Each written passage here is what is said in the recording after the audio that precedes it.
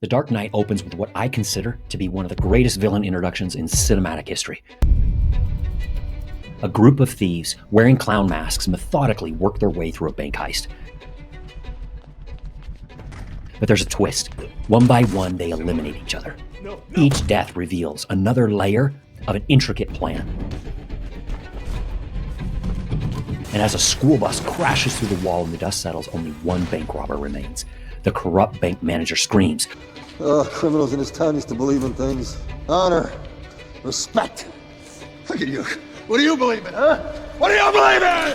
I believe whatever doesn't kill you simply makes you stranger. This opening scene, it just rules. It's just a masterclass in character introduction. In just a few minutes, we see the Joker's meticulous planning, his dark humor, and most importantly, his ability to manipulate people into destroying each other. Christopher Nolan's Dark Knight is different than your typical superhero movie.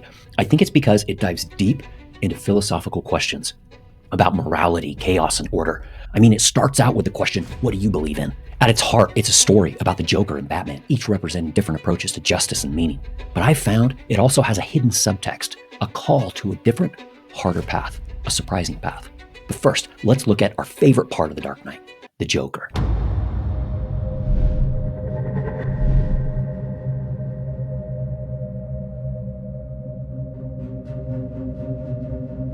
Heath Ledger's Joker is far more unsettling than your typical villain, as Alfred, Batman's faithful butler, so perfectly describes. Some men aren't looking for anything logical, like money. They can't be bought, bullied, reasoned, or negotiated with. Some men just want to watch the world burn.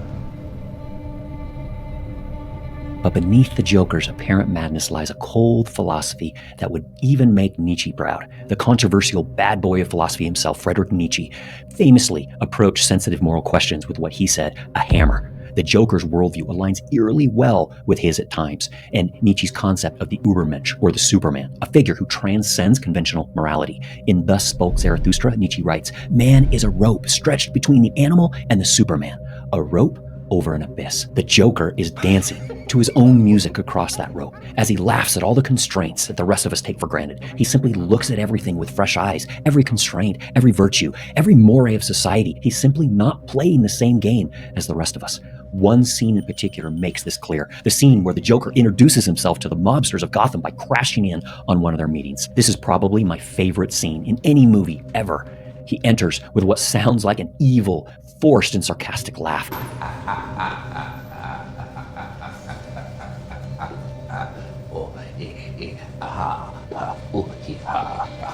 And I thought my jokes were bad. Then comes his infamous pencil trick. How about a magic trick? I'm gonna make this pencil disappear. It's gone. It demonstrates that the Joker knows exactly what these men respect, the ability to thoughtlessly kill and to do it with flair.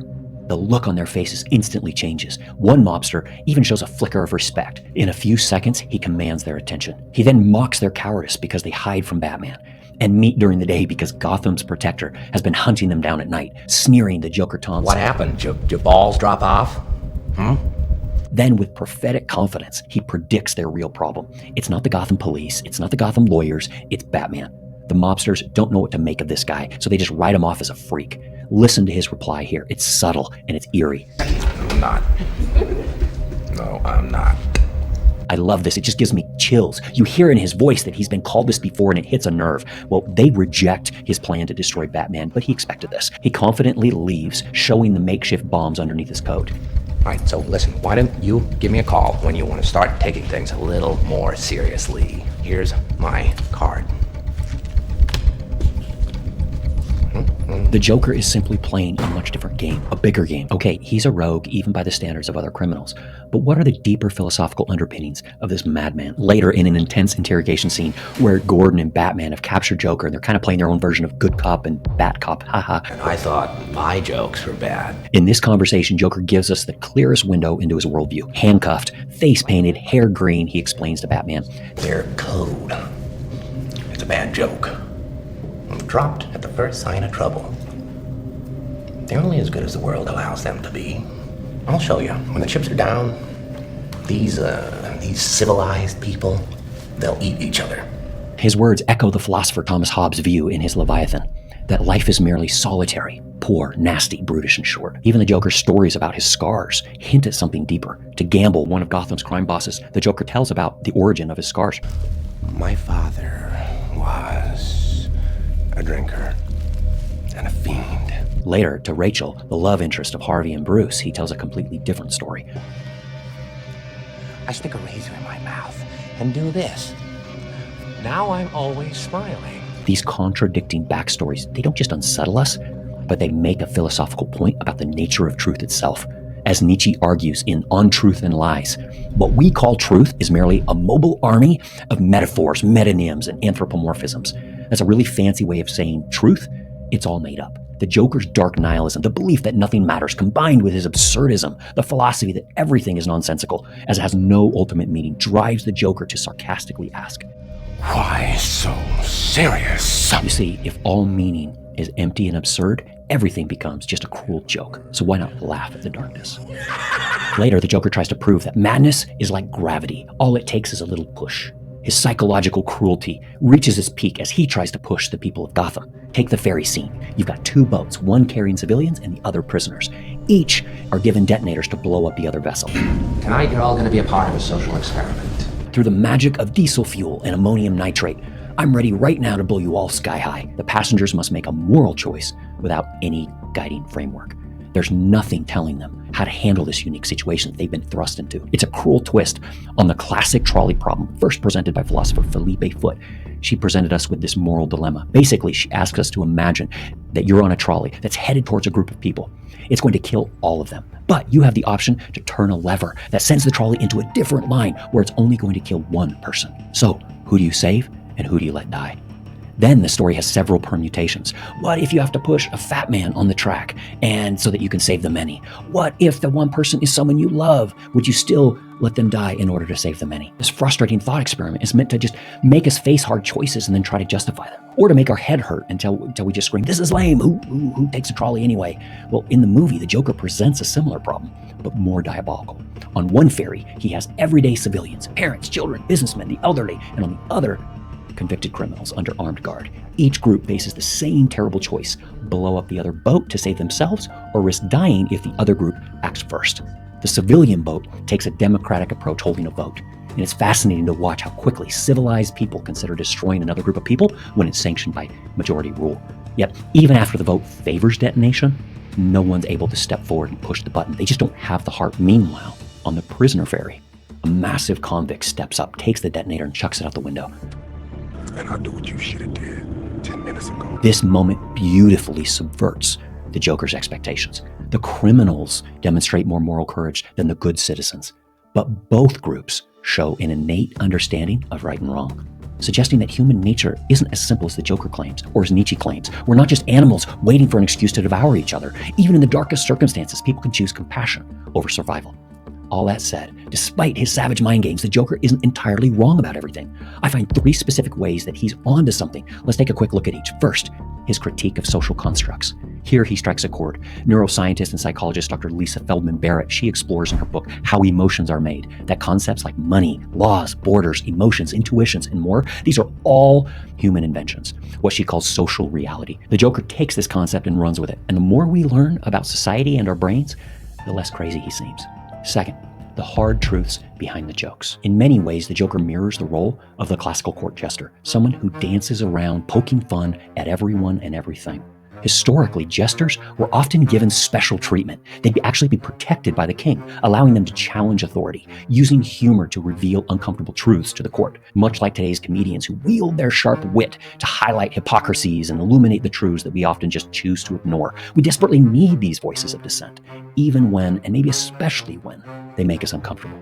Third, stoic detachment. The Joker is totally detached from anything and anyone that can have control over him. He takes all the money he's stolen, puts it in a big pile, and burns it, telling one of the mobsters, This town deserves a better class of criminal.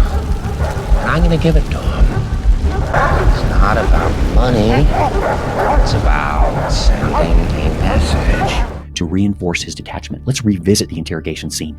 Even with Batman just beating him to a pulp, he just laughs.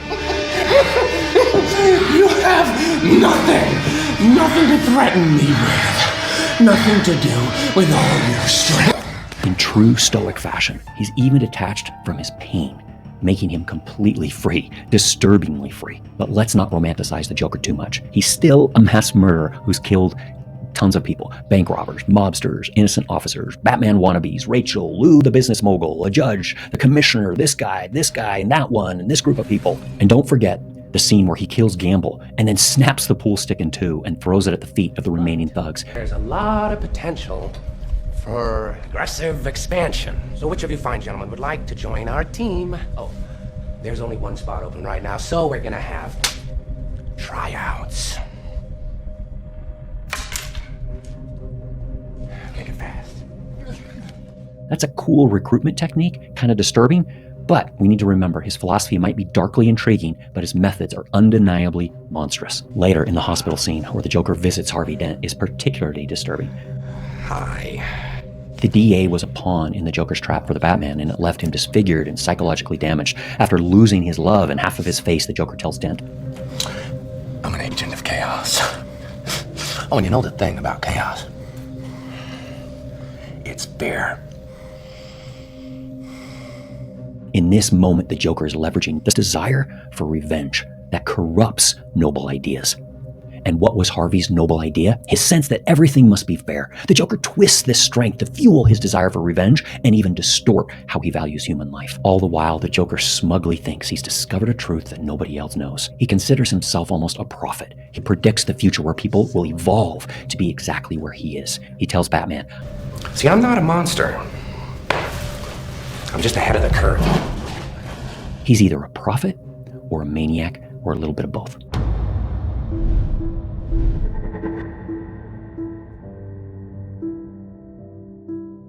If the Joker represents chaos incarnate, Batman stands as the champion to order and justice. His transformation from Bruce Wayne to Batman reflects elements of Stoic philosophy, actually, particularly as he focuses on only the things that he can control, namely his actions. Rachel, his longtime friend, says, "It's not who you are underneath. It's what you do that defines you." Batman later quotes that back to her as he's now changed in his fighting crime. "It's not who I am underneath, but what I do that defines me." Bruce? Echoing something that Marcus Aurelius, who was both Caesar and philosopher, writes in his Meditations, "Waste no more time arguing about what a good man should be one." In doing so, he's become a defender to Gotham's most vulnerable. Batman's role as Gotham's dark savior carries fascinating religious parallels. I don't know. I swear to God. Swear to me! Consider, for example, the well-intentioned lie given to resurrect Harvey's reputation and Batman's decision to take his crimes on himself. Harvey Dent has now killed multiple people and fallen from grace. He was once Gotham's White Knight and their only hope for leadership that wasn't corrupt. Now his mind has been twisted by the death of his love, Rachel, and then twisted further by the Joker's poisonous philosophy. Batman tries to save Harvey's legacy by taking the blame for Harvey's crimes and his death, making Batman look like Gotham's newest corrupt criminal. He becomes the Dark Knight. The people believed in Harvey, and sometimes people just want to have their faith rewarded, Batman says, not trusting that Gotham can do good without the memory of an incorruptible Harvey Dent. This well-intentioned deception, like many stories, intends to do good by hiding harder truths, but this lie comes back to bite Gotham. In the next movie, The Dark Knight Rises, as the lie festers, and even bigger problems are created because of it, namely Bane, a villain that literally rises up from the sewer to completely destroy Gotham. We will destroy Gotham. And then, when it is done, and Gotham is ashes, then you have my permission to die. The lies brought comfort in the short term, but the impact compounded in ugly ways as later Bane overtook a disenchanted Gotham and threatened them with complete annihilation. Batman trusted the people on the ferries to make the right moral choices, and they did. He just didn't trust them with an uncomfortable truth. But if you make yourself more than just a man, if you devote yourself to an ideal, and if they can't stop you, then you become something else entirely. Which is? Legend, Mr. Wayne. Batman is a symbol to inspire and a powerful force for good, but he's a symbol that is at the mercy of legend, at the mercy of the tales people tell about him. He's a nice idea, a nice story. He's just not sustainable. When you need him most, you're left with just his logo in the clouds, his brand. But you may shine a light into the shadows and find him absent and find yourself alone.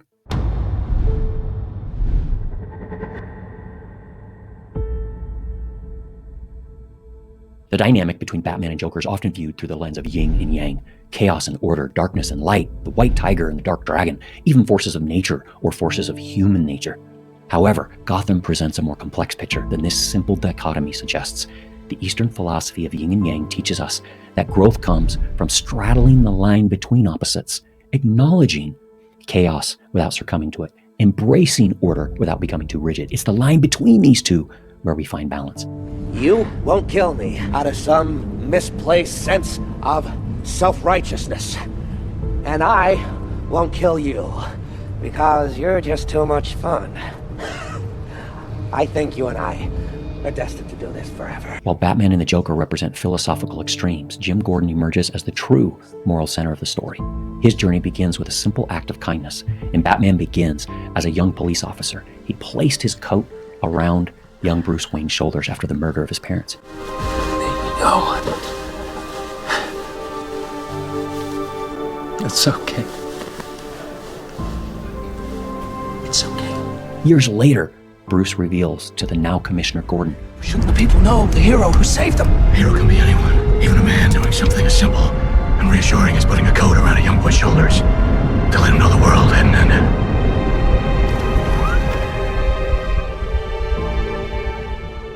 Gordon's approach to justice and morality reflect Aristotle's teaching. The Greek philosopher introduced a concept called phronesis. I hope I said that right. It's everyday wisdom that combines moral virtue with pragmatic justice. When Harvey Dent questions Gordon about the shady people he works with, Gordon explains, I don't get political points for being an idealist. I have to do the best I can with what I have. This isn't a moral compromise, but rather a realistic assessment of how to achieve good within a flawed system. It's situational ethics. Gordon isn't perfect, far from it. He repeatedly is outmaneuvered by the Joker, leading to Rachel's death and Harvey's transformation. Later, in protecting Harvey's reputation after his fall, Gordon participates in Batman's noble lie to save Gotham from despair over the fall of Harvey Dent. But these failures just make Gordon more relatable. I too have parroted myths, thinking I was saving people I loved from harsh truths. So I get the instinct. Joker and Batman are evangelizing their philosophies and trying to make a broader, inspiring impact, not Gordon. As Epictetus, the slave-turned-Stoic philosopher, advised in his Enchiridion, don't explain your philosophy, embody it. Gordon embodies his philosophy through consistent, principled action, rather than grand gestures or dramatic sacrifices. Gordon's family life provides a stark contrast to Bruce's isolation. We see him at home, sharing quiet moments with his wife and children, maintaining a semblance of normalcy despite Gotham's chaos. We even see him taking out the garbage. Bruce Wayne, for all of his wealth and power, lives alone in his mansion, unable to maintain close relationships because of his righteous mission. And the Joker, he appears to exist entirely outside of normal human connections. But Gordon shows us how to balance duty with love, justice with family, even if that balance is imperfect.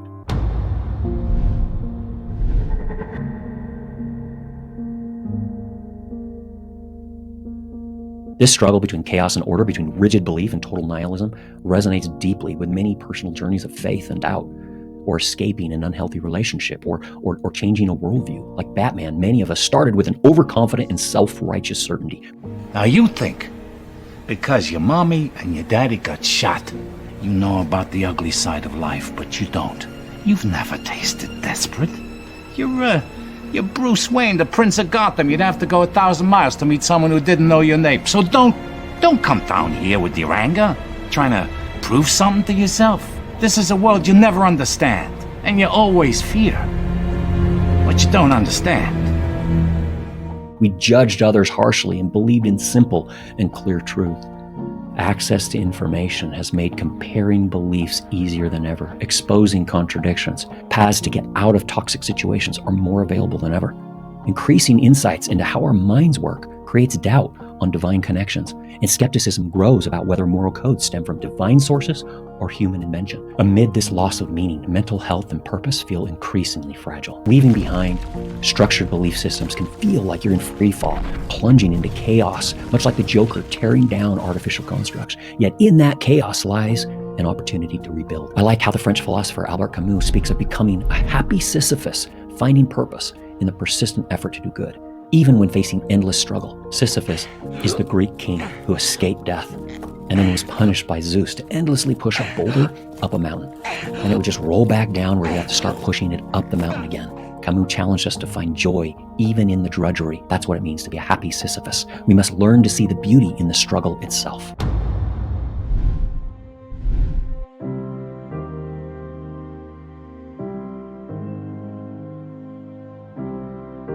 Earlier in the movie, when Harvey addresses the citizens of Gotham, a frustrated voice in the crowd shouts out, "Things are worse than ever!" Yes, they are. But the night is darkest just before the dawn. And I promise you, the dawn is coming. His words echo a fragile but very real hope. Meanwhile, Alfred offers Bruce a grimmer but no less true perspective. But you spat in the faces of Gotham's criminals. Didn't you think there might be some casualties? Things were always going to get worse before they got better. Alfred's wisdom cuts to the heart of anyone who is transitioning beyond order through chaos to a new world of responsibility and sacrifice. The entrenched forces, external and internal, will always lash out before they crumble. Both these moments in the movie capture the paradox of hope. It often thrives in the shadow of despair. Does it depress you, Commissioner, to know just how alone you really are? Meanwhile, Epictetus tells us where to put our efforts. We cannot control the external events around us, but we can control our reactions to them. Gordon demonstrates that true heroism often lies not in dramatic gestures or philosophical proclamations, but in the quiet, persistent effort to do good within our own sphere of what we control. While we might be drawn to dramatic symbols like Batman or the provocative philosophies like the Joker's, Gordon shows us a more attainable path. His brand of heroism offers something rare, a model of how to do good within imperfect systems, how to maintain hope without ignoring reality. Batman may be the hero that Gotham deserves, and the Joker the villain that it created, but Gordon represents the hero we can actually become. Imperfect, practical, and ultimately very human. In a world that often demands we choose between rigid order and complete chaos, Gordon shows us a middle path. Or as Robert Frost famously wrote, "Two roads diverged in a yellow wood, and I took the one less traveled by." That's the boring, unheralded path that Gordon walks. Look, I know that millions of people aren't flocking to a movie called Normal Guy Tries Real Hard. I know I wouldn't. So let's just let movies do their whole drama thing. It really makes them fun. But for my life, sometimes the most heroic thing I can do doesn't involve like a cool cape and technology or challenging the entire system, burning it all down. It's finding the balance between chaos and order that allows me not just to survive chaos, but to maybe relieve some suffering somewhere along the way. It may simply mean taking out the garbage in the middle of chaos, or it might just be putting a coat around someone's shoulders and letting them know that the world hasn't ended. At least that's how it seems to me.